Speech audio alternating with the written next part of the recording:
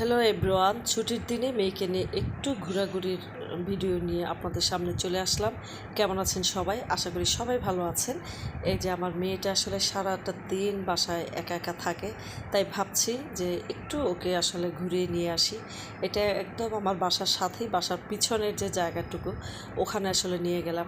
আসলে সারাটা দিন স্কুল করার পর, ছুটির দিনে সারাদিন কাজ করার পর মনে হয় না আর কোথাও বের হই। তাই আসলে মেয়েটা যেহেতু সারাদিনই বাসায় থাকে, তাই একটু ভাবলাম যে বাসার একটু বাইরে নিয়ে যাই, একটু কিছু সুন্দর সুন্দর সিনারি আছে, ওগুলো একটু দেখিয়ে নিয়ে আসি।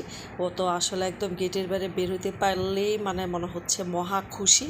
এবং সাথে সাথে যে পাশের বাসার এক ছেলে ওকে আসলে টানতে টানতে নিয়ে যাচ্ছে, ওটা দেখে, ওর নাম হচ্ছে ইয়ামিন।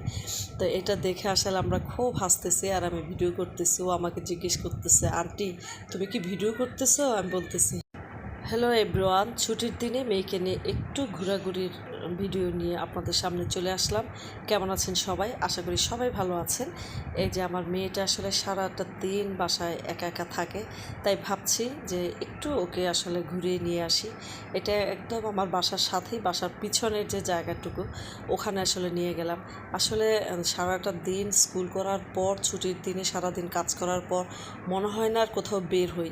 তাই আসলে মেয়েটা যেহেতু সারাদিনই বাসায় থাকে, তাই একটু ভাবলাম যে বাসার একটু বাইরে নিয়ে যাই, একটু কিছু সুন্দর সুন্দর সিনারি আছে, ওগুলো একটু দেখিয়ে নিয়ে আসি। ও তো আসলে একদম গেটের বাইরে বের হইতে পারলেই মানে মনে হচ্ছে মহা খুশি।